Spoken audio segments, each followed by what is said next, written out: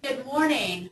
Welcome to Rightscale Enabling Your Images. My name is Betsy Zakakis. I'm the Vice President of Marketing at Rightscale, and I will be your MC today. I have Torsten van Eycken in the room. He is our CTO and one of the 3 Rightscale founders. Daryl Eaton will also be talking. He's responsible for product management, and Raphael Simon is a senior software engineer, and he has been responsible for the technology that we will showcase today. We also have online with us Matt Small. He's an account manager, and he will be answering your questions. So don't wait until the end to ask those questions. You can key them into the questions section of the GoToWebinar control panel. Just key them in. Matt will answer them. And then at the end, we'll take the more broadly applicable questions and open them up for discussion with the people presenting today. Here's our agenda. I'm going to do a quick introduction for those of you who don't know Rightscale, and then Torsten's going to take over and talk about why and some of the background. We are now enabling our customers to Rightscale enable their images, launch servers with their own images that can be managed using the Rightscale platform. Then we'll see how easy it is with the demo. And then Daryl and Raphael are going to take over and talk about the RightLink technology and show you that in action. And then we'll wrap up with Q&A, but again, remember, just keep asking those questions as we go. So for those of you who don't know Rightscale, we have been helping our customers move on to the cloud for 3 years. We have more than 30,000 users, and we've launched more than 1 million servers. These logos represent some of our customers, and as you can see, they range from large multinational corporations to small Web 2.0 startups. There are a range of industries that we have represented in our customer base, from pharmaceuticals to insurance companies to wild and crazy online gaming companies. And for our customers, really the cloud starts with Rightscale. We help them architect and deploy their applications and then manage those applications over time on the cloud. Our platform works with a variety of cloud infrastructure providers, from the public cloud providers like Amazon to private cloud technology players that would include Eucalyptus, VMware, and the newly rebranded Cloud.com. Our platform has a whole host of cloud-ready, pre-configured components and solutions that help our customers get on the cloud fast. Our management tools and automation deliver amazing productivity and agility. We have a white paper that outlines that. If you just go to www.rightscale.com/TCO, that will show you really how our platform improves productivity and agility, and put some numbers to that. And then no matter where you are in Rightscale, it's always transparent. And so our users feel like they are both in control of what is happening on the cloud, but also in control of users, user permissions, and costs. And of course, because we work across cloud providers, all of the applications that our customers deploy on a specific cloud are indeed portable across cloud providers. So with that brief introduction, Torsten, I'll turn it over to you. Hello, everyone. So I wanted to talk a little bit about one of the core abstractions in Rightscale, which is naturally a server. And what's interesting about the cloud is that it makes us rethink some of the abstractions, some of the foundations. The server used to be, DB1 used to be that big box over in rack 5 in my data center, but obviously in the cloud that no longer applies. So what is it really? And in Rightscale, we've built a server abstraction that is above the cloud's instance or basic server, and it's really much more powerful. So what is a server really? And our answer is that the first thing is it's a software configuration. It's really a representation of everything that needs to or has been installed and configured on the server. And then secondary comes the hardware resources, the CPU, memory, disk, network, all of the stuff that actually makes it tick. And finally, there is data that gets produced over the server's lifetime and represents the state of the app. Some servers may have a lot of data, like a database. Some servers may have practically no data, like oftentimes an app server or load balancer may just have some log files that you might consider as data. So Rightscale server abstraction is really these three things combined, and what the cloud brings is that the hardware resources are a lot more flexible than they used to be.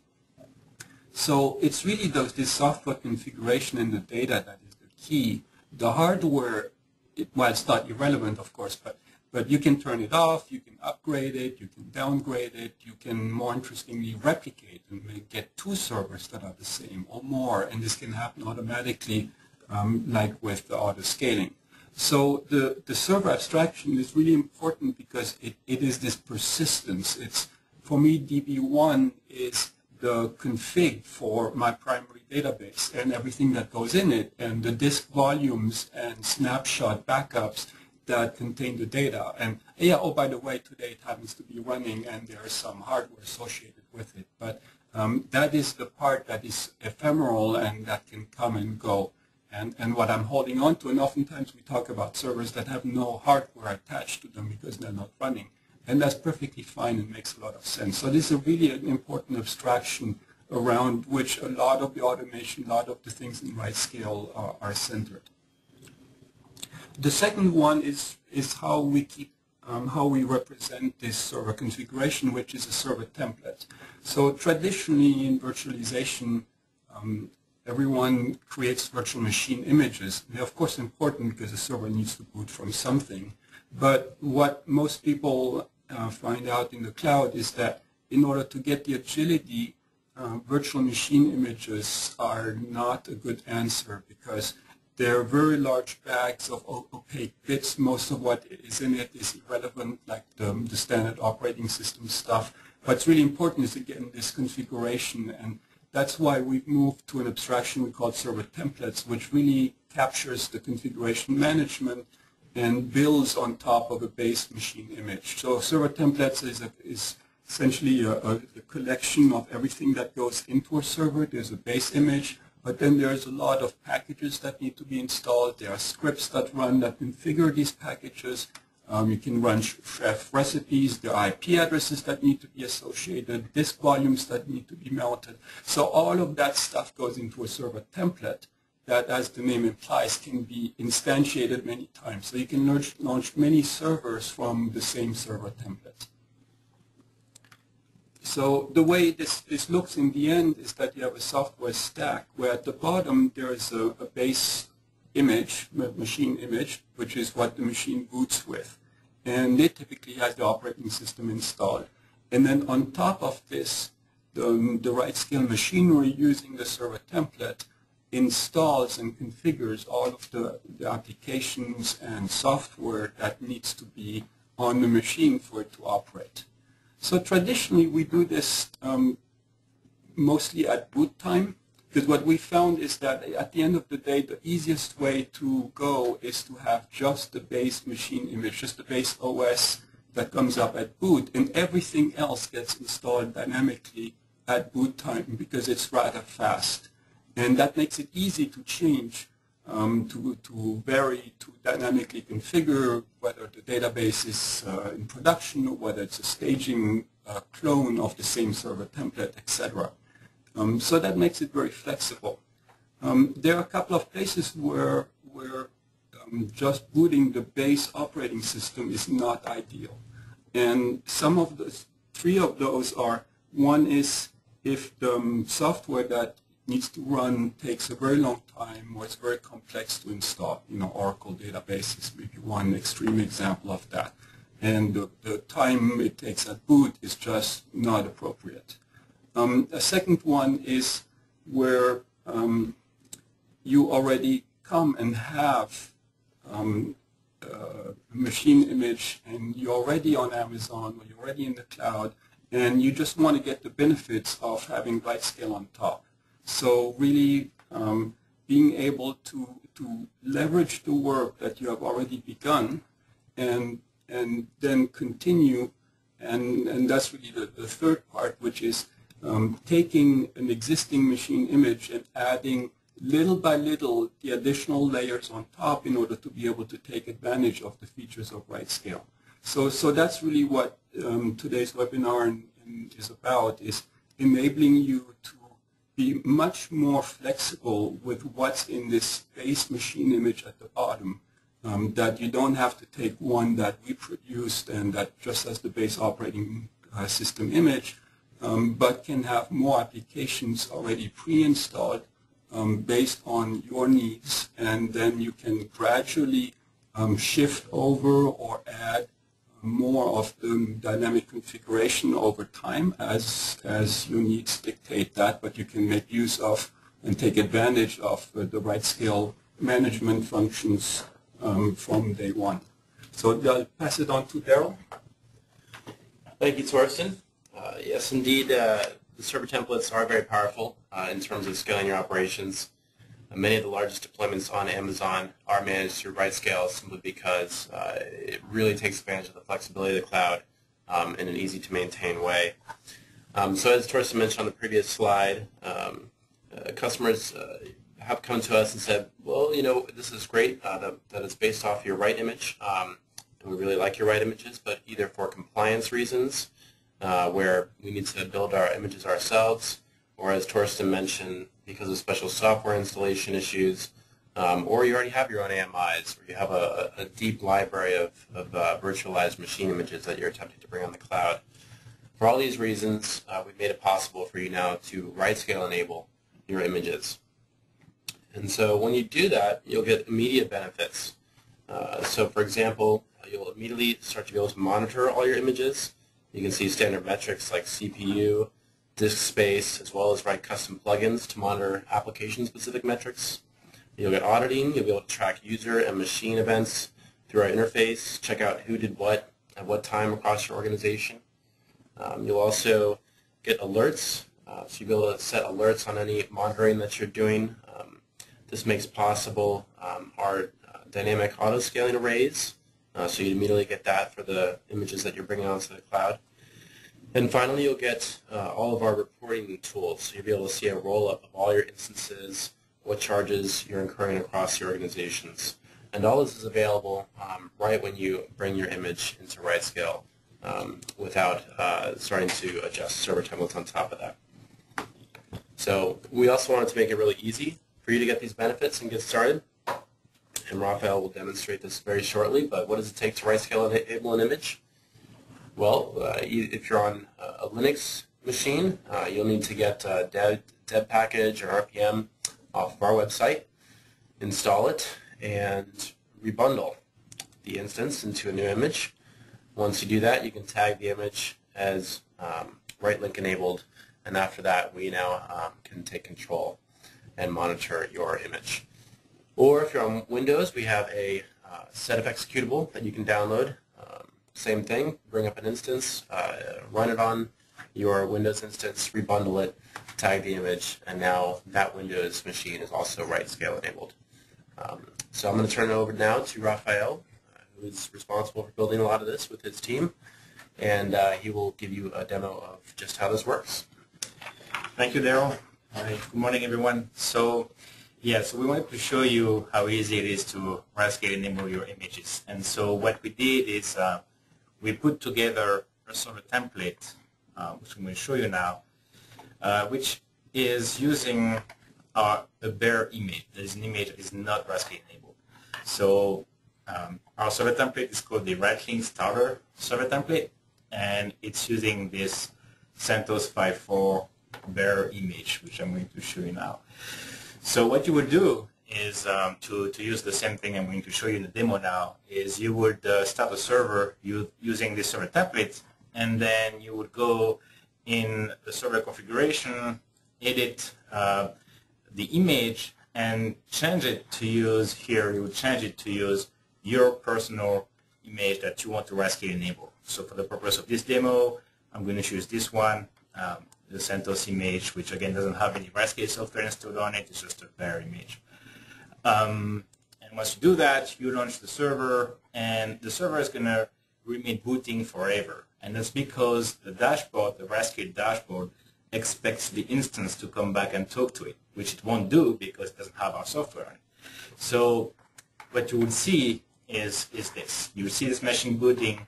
It's been booting for now 25 minutes, and it's going to remain that way forever, or at least until I install the Rightscale software on it. So I'm going to do that now. I'm going to SSH into this instance. Maybe I should make the font slightly bigger so you can see a bit better what's going on. Let me make it 14 points. There you go. Okay, this should be better. So I'm inside the instance now, and what I'm going to do is I'm going to run a set of commands, basically 3 commands, to install our image, to install the Rightscale software on it. So I'm going to go back to the slide because the slide has the commands I need to run. So next slide has the command. These are the commands.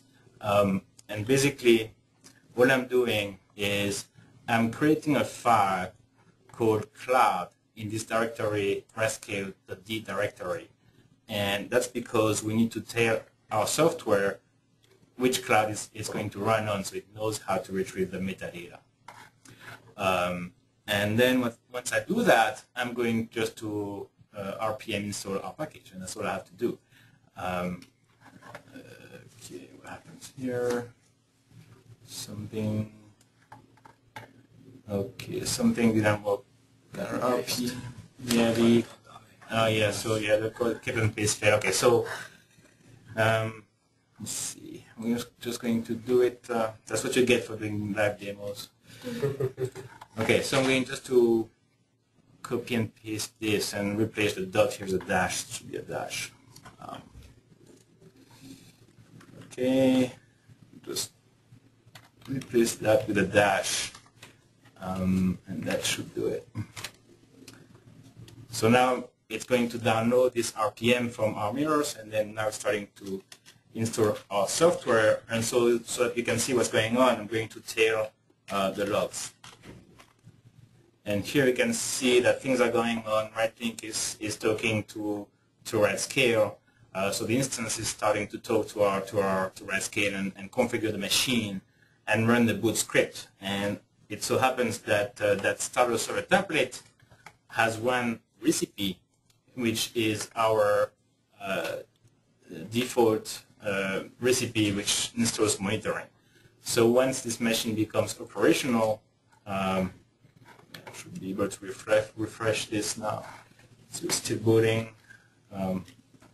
It's still running recipes, but there you go. So you see here in the events, you see that the machine is currently running the boot sequence.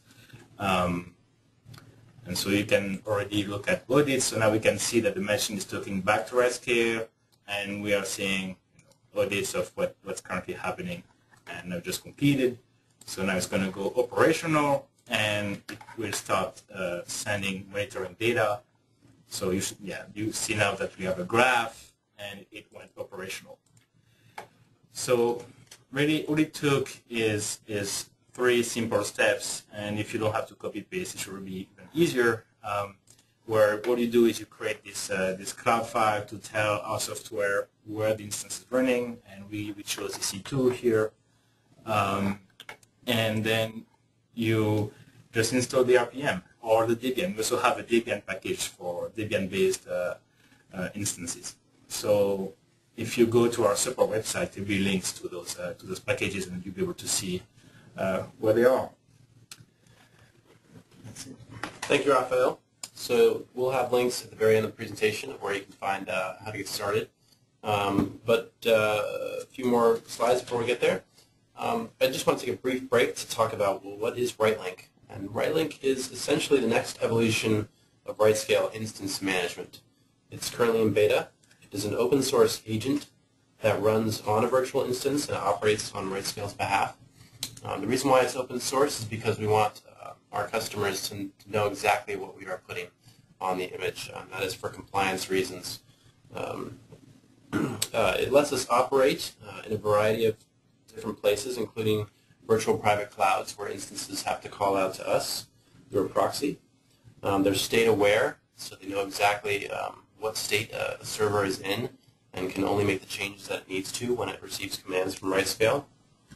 And finally, it enables some pretty advanced instance-to-instance communication and as a result, advanced automation. And that's what we're going to go into next. But before we do that, just one final thing is we've also made this signed and encrypted over an AMQP transport. And we are very concerned with security and privacy, of course, of data at Rightscale, and so everything that we do, and we want to make sure that we have that in mind. And with that, let's go into RightLink a little bit more and some of the capabilities that it brings to Rightscale. Thank you. So, yeah, what we wanted to show you, we would show RightLink, and one aspect of it is it really acts as a location service. So the demo we're going to do presents the scenario where you have application servers running and load balancers running. And the problem is when you have a new application server coming up, you want it to tell the load balancers to register it. And vice versa. When a new load balancer comes up, you want it to know what the application servers are and register them. And so using RightLink, you can do that automatically when machines come up. And the mechanism we're using is based on machine tags. A machine tag is a three-tuple consisting of a namespace, a predicate, and a value. And we basically borrowed that idea from Flickr, which is using those tags to tag photos, and for example, for geotagging. And so the idea here is when a load balancer comes up, it will tag itself with an application-specific tag, in this example, marketing. And when application servers come up, they will do the same. So application servers come up, they tag themselves with that marketing tag as well. The difference being that they will use the app predicate instead of using the LB predicate that load balancers use. The application servers will also tag themselves with their public IP and with a unique ID for each of the server. And the idea being here that when the load balancer comes up, it can tell RightLink or ask RightLink to grab all the instances running in a deployment which have the app equals marketing tag on them.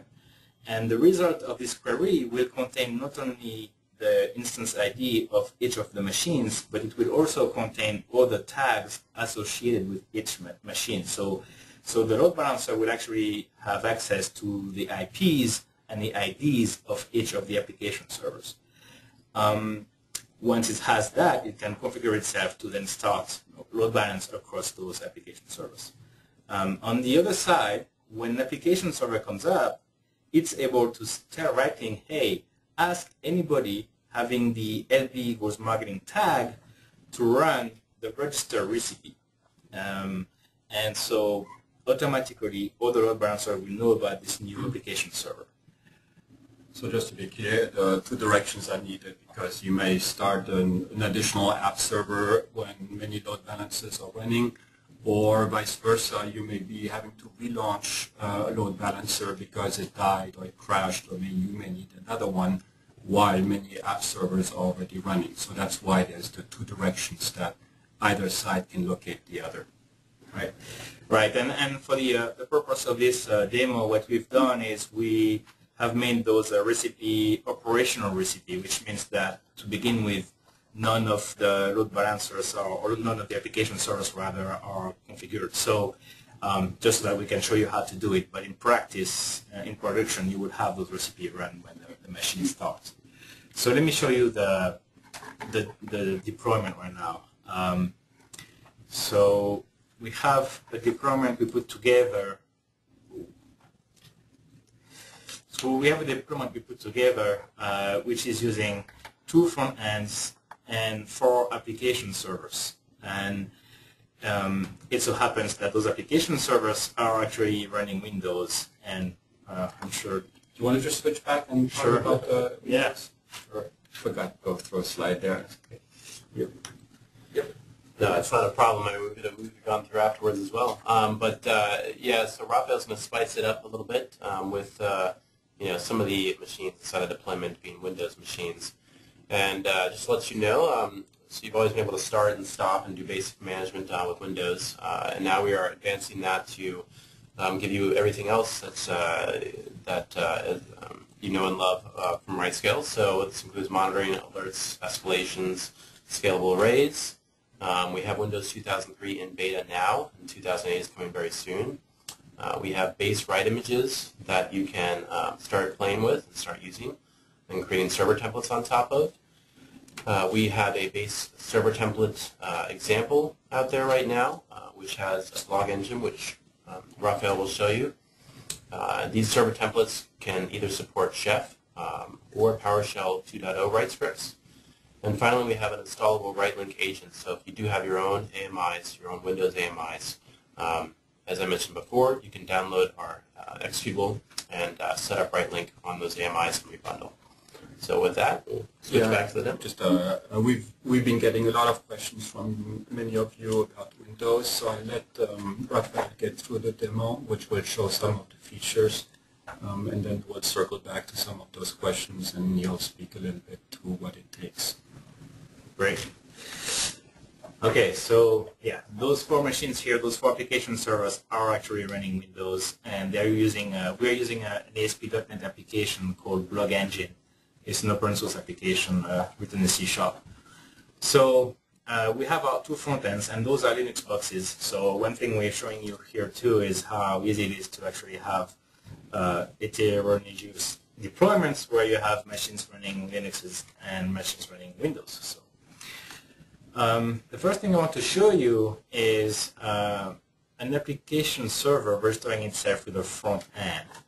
So we're going to take a look here at this application server, Blog Engine number 4, and it's operational, it's running, but it's not registered. So right now, if I were to hit the application, I would get a 503 back telling me, well, the load balancer doesn't know how to currently forward the request to any of the application servers. So what we're going to do is we're going to run a recipe on this application server, which is going to ask the load balancers to register it. So we're using something called remote recipe, which is something that RightLink enables. It's basically a Chef functionality which RightLink enables, which allows you to run recipe on remote instances. And the one we're using here is called request registration. And what this does is it's going to tell any machine that have the tag that we set as input to register this application server. So we're going to run this, and as we run it, we'll see 2 things. One, we see the application server starting to run the recipe, and you can see it's been very fast to start. If you've used Rightscale before, you may notice that things are a lot faster with RightLink. And then the second thing we will see is once the recipe has run on the application server, the front end would then run its recipe to register it. And you may wonder how you get the tags on the machine initially, and the idea here is we have a boot recipe, boot script here, boot recipe, which is the Blog Engine default here recipe, and that's the one that's going to set up the tags on the application server. So as soon as your machine is up, it's ready to be configured and to send configuration requests to other load balancers.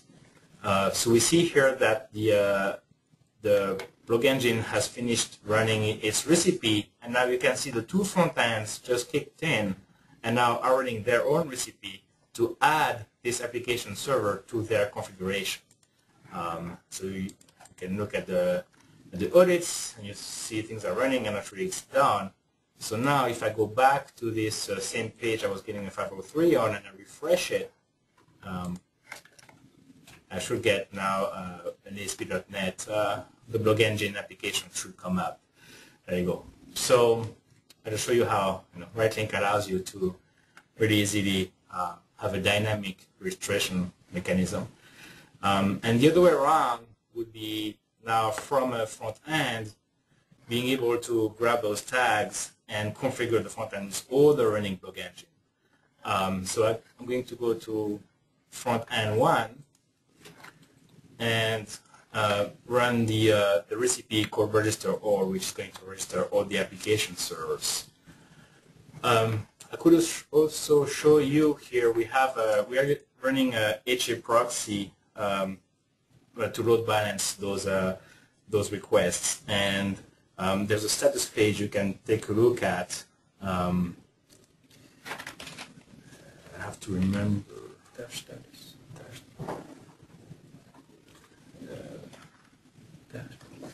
dash status. I don't think there's a question mark. Let's see, no. Improvisation. Yeah. Not important. Okay, yeah, we can come back to this later. There's right, so I have to remember what the URL is, but what I wanted to show you is that what you will see is there's only currently only one application server registered with a front end. And now what I'm going to do is run this recipe here called register all, and that one is going to register all of the application servers. And we can look at the audits to see that this is what is happening.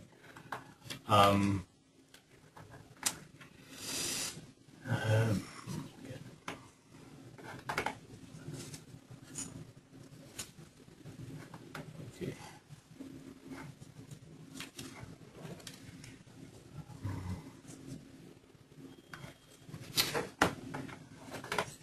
Okay, so now we can see the recipe running. It's converging, and it's finished. The recipe is done.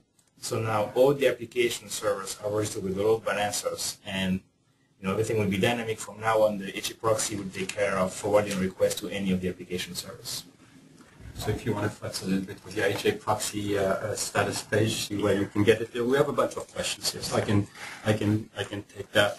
A lot of the questions around Windows, and in general, there is quite feature parity in terms of what Rightscale offers between Linux and Windows, in that you can run scripts, you can do monitoring, you can do auto scaling, you get audit entries of what happens, you can obviously start and stop.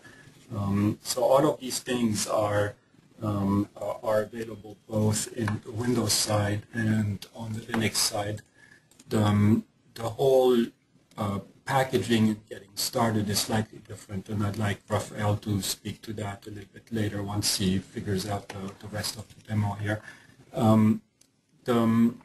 Because it's not so easy to bundle up a Windows image and get started, and there's a dual boot that happens when Windows Server comes up. In general, all of our 5.x write images, those are base images that we publish that have just the base operating system, CentOS, Ubuntu, Windows.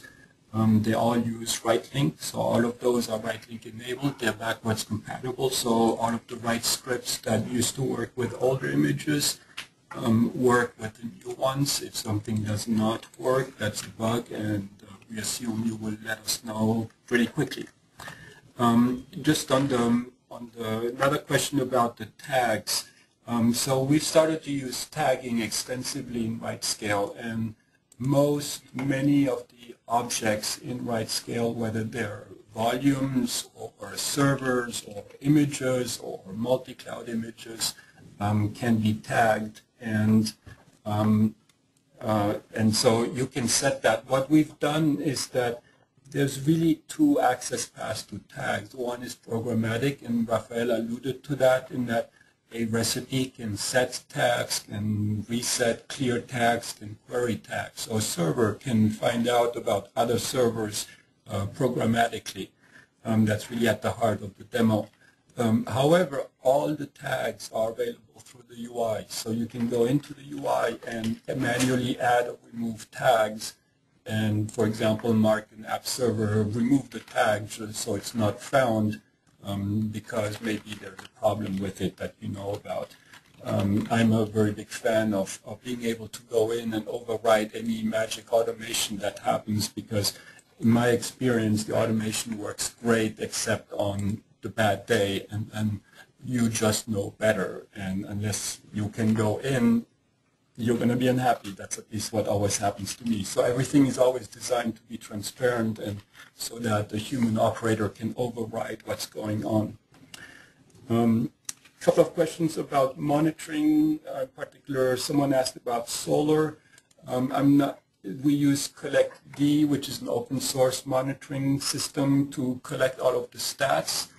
We use not the open source package on Windows because there's no open source version of CollectD for Windows, but we've written our own piece that we will be extending that uses the CollectD network protocol to send monitoring data, so we really tie into the same monitoring infrastructure on Windows as well.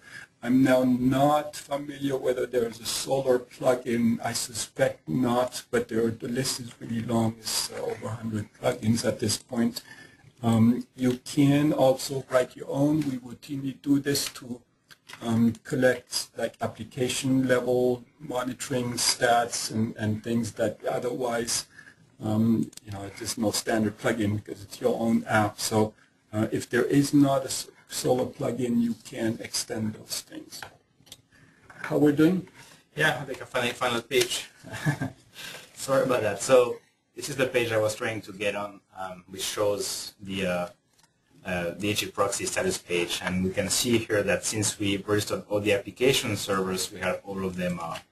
We have 4 application servers here registered with the front end. So that's really what I wanted to show. Right, so there was something you wanted me to explain about? So yeah, a number of questions are around how do you really put a Windows image into a server template, and how, maybe you can speak a little bit to what it takes, what did it take us to get a right image, Windows right image put together, and the installer, and someone obviously can start with our right image and then install things at boot time. We provide a couple that have the SQL Server and IIS pieces, but if someone wanted to start either with ours or with the vanilla Amazon one, install some random Windows software of theirs, and then get right link and now turn it into a server template.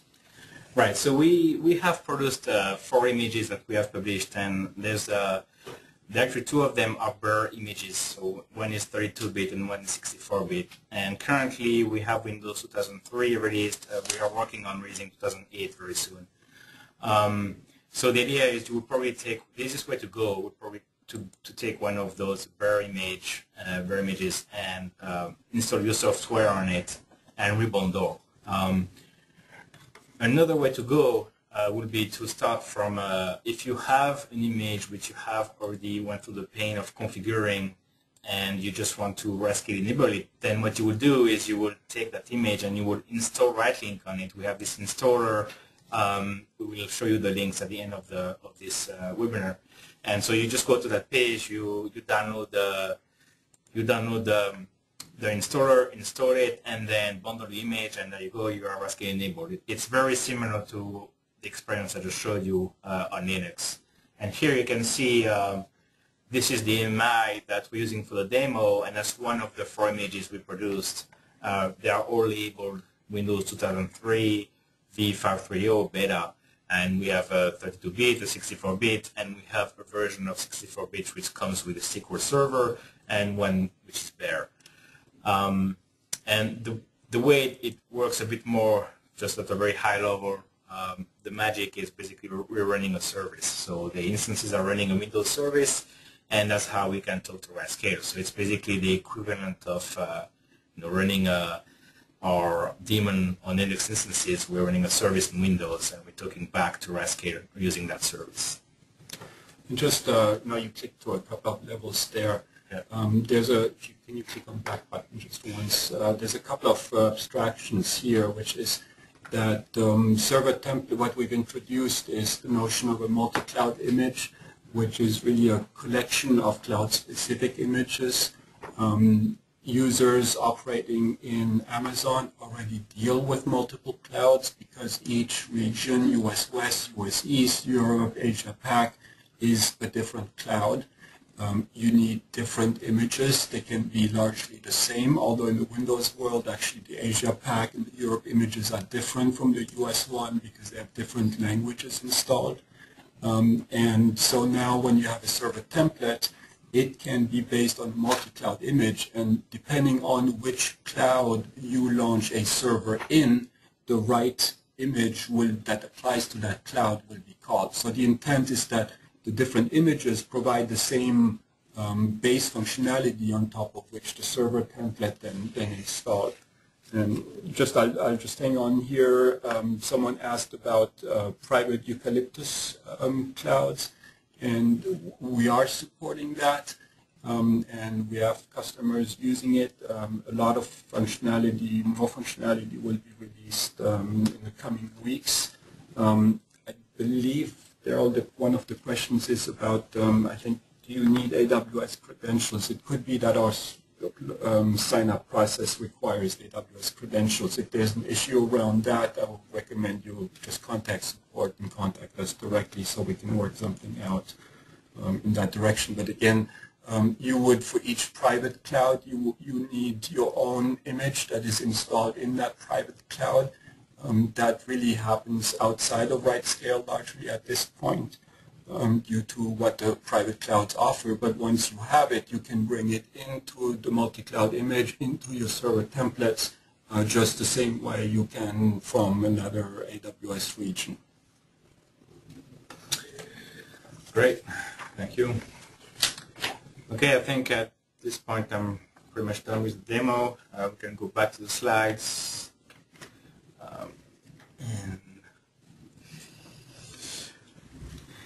and take more questions. Okay, so we're ready for questions now. But before we start taking more questions, we just wanted to make sure that if you're interested in doing this, here's what you need to do. You can, if you are a Rightscale customer, you can go directly to step 2. If you're not, we have a free demo account. So go to www.rightscale.com/free trial, get a demo account, and then whether you're a free trial user or you're a customer, we have a great user guide for how to do exactly what you've been seeing. I think it even has the code, Raphael, that you showed in there. And you can either use this link, copy it down while we're answering questions, or literally if you just go to the home page under support, go to the support site, and you can find these guides, and one of the guides is Right Link, and that describes everything in detail about what you need to do. For the rest of May, we are offering free support. Anybody that wants to try this out, if you have issues, email the support@rightscale.com, put Right Link in the subject line, and they have been told to answer those first. So they will get back to you very, very quickly and do what it takes to make sure that you get up and running, and at the same time we learn a lot as you're working through this. So of course our webinars are all archived and there's the rest of the contact info there, but we just wanted to make sure you know how to get started and go try this yourself. So Torsten, I'll let you continue answering some questions. So some question about what exactly does the Right Link agent enable. It does enable the monitoring, and basically you may have seen this, noticed this in the demo. As soon as you install the Right Link package, it does start the agent, and assuming you set this up, it's a little bit of a tricky setup in that you launch the server pretending that it has Right Link, so the dashboard expects to be talked to. Of course, there's nothing there. So once you install it, it starts on its own and immediately starts talking to the dashboard. At that point, the monitoring, I guess no, you need the monitoring script. So you need to have a server template that includes the monitoring script that installs collect-D if it's not installed, and starts collect-D to get the monitoring data. So I believe this is in the user guide. The performance monitors, the quick monitoring charts, the alerts, all of this automatically follows, so that all comes automatically with it.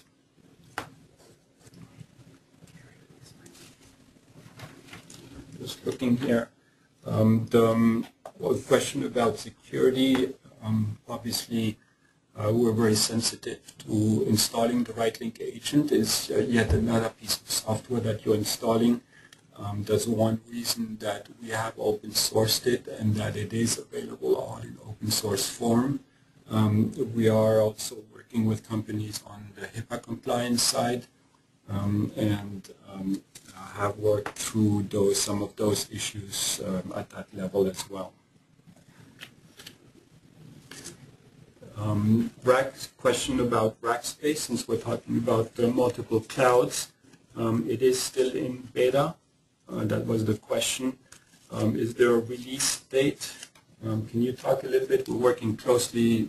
We've been more or less on hold, waiting for a snapshot backup capability at Rackspace for servers, so that most of our customers need to run things like databases somewhere in the cloud, and so the current Rackspace functionality has not allowed us to offer a satisfactory snapshot backup capability that would work for the servers that have critical data like database data on them. So we're working very closely with them. Do you want to say a couple I can say a few things.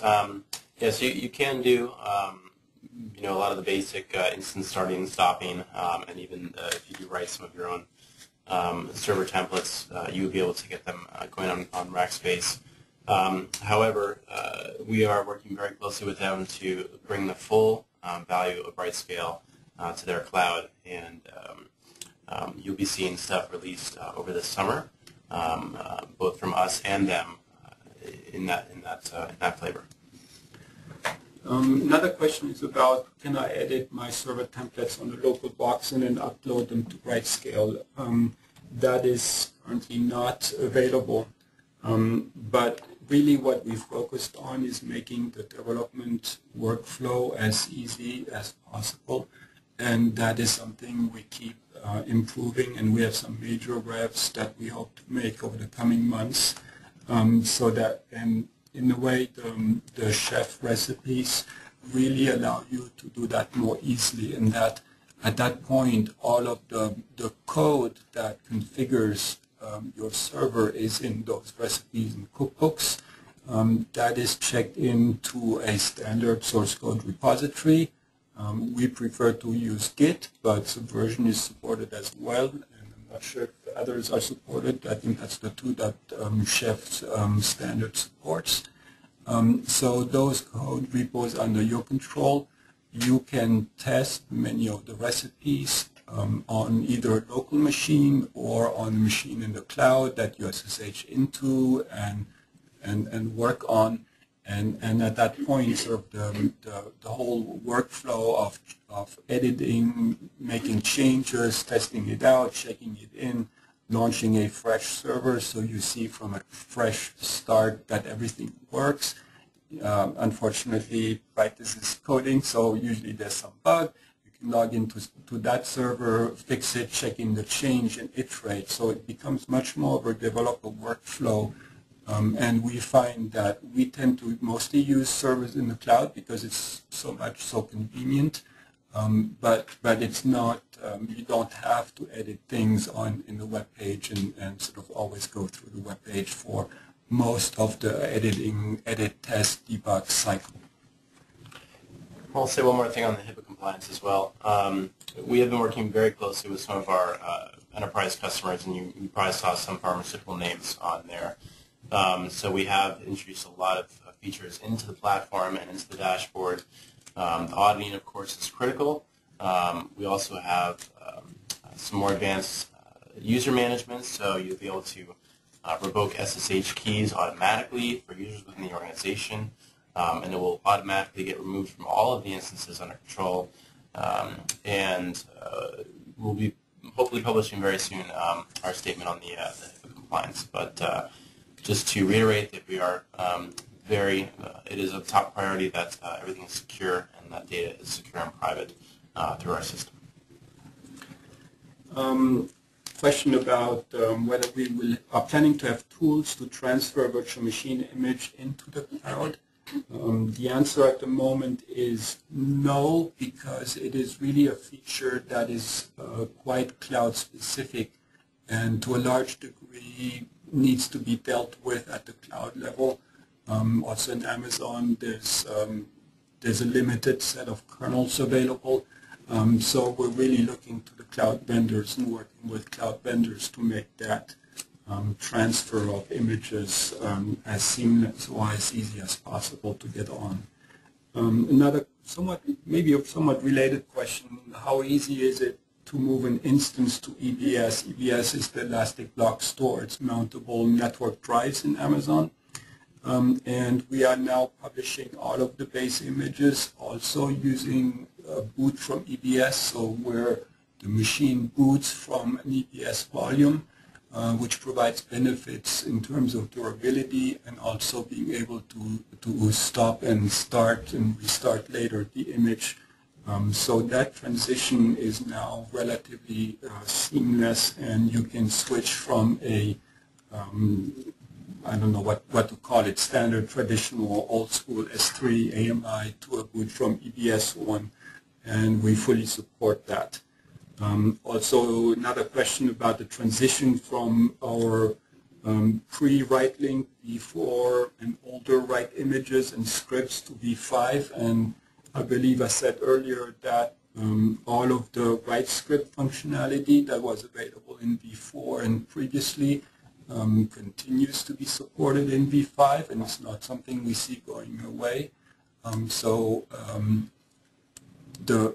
In principle, it is as simple as changing the image in the server template, and if there are any issues that you're encountering, then please, that is a bug, and we expect that you will notify us and we'll fix it and work with you to work through that. See, I'm running somewhat thin here. I don't know what other questions are in the pipeline. Someone asked about whether we have a Power GUI Power Pack, and the answer is no, but we don't really know what it is. So if you would give us a couple of details, maybe a URL, post that into a question, that may be something very interesting that we should follow up on. Okay, are we about there? Okay, well listen, we thank all of you for listening to us. We really encourage you to communicate with us through the support line, whatever you're finding out there working with RightLink, and we look forward to the next time you join us on a webinar. Thank you very much.